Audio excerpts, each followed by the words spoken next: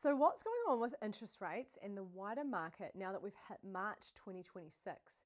Well, the Reserve Bank in February kept the OCR on hold at 2.25%, but they did actually review their outlook slightly around where interest rates are projected to go by the end of the year.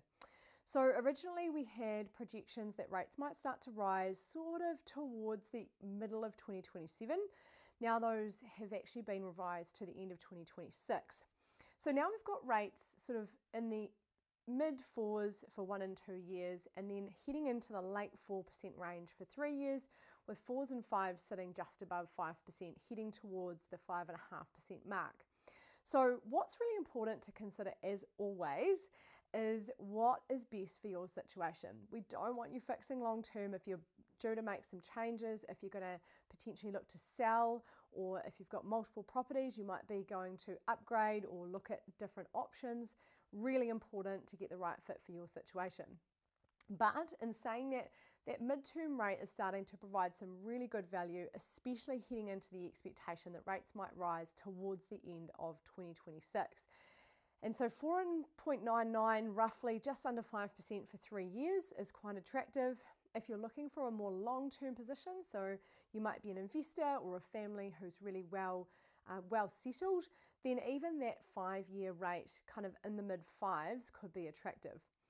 But if you are looking for some flexibility, so 1 year, 2 year, potentially looking to make some changes, pay off lump sums, sell or buy, looking at some other different options, so different bank options, then probably that short-term position is good.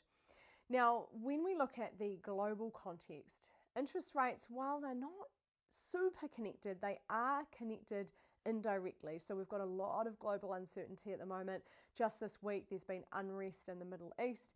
And what that does is it does make markets a little bit nervous. So it can also make the increased borrowing money, the cost of money for banks, but it can also just make those investors a little bit nervous in some of those bigger corporates around the world, and then that can have knock-on effects into our economy as well. The other big obvious thing happening in 2026 is the New Zealand election. Now, that's far from a done thing, but there's also some big kind of political footballs as such in there around property, but also around things like capital gains tax and other potential tax changes that might have an impact on owning property, which can also just make that property market a little bit less active. So interestingly, we are seeing quite a lot of movement this side of Christmas, so there's definitely a lot more turnover of stock in the property space, particularly in the Waikato here, and it's definitely meaning that more properties are getting sold and a little bit quicker, so a little bit less holding back. People are able to sell and buy within the same market relatively simply, but not every property. So that's a little bit of an update. That's an interesting kind of insights, I guess, as to where the market is at the moment economically, where we're at interest rates wise, and where we're at with the actual property market itself heading into March.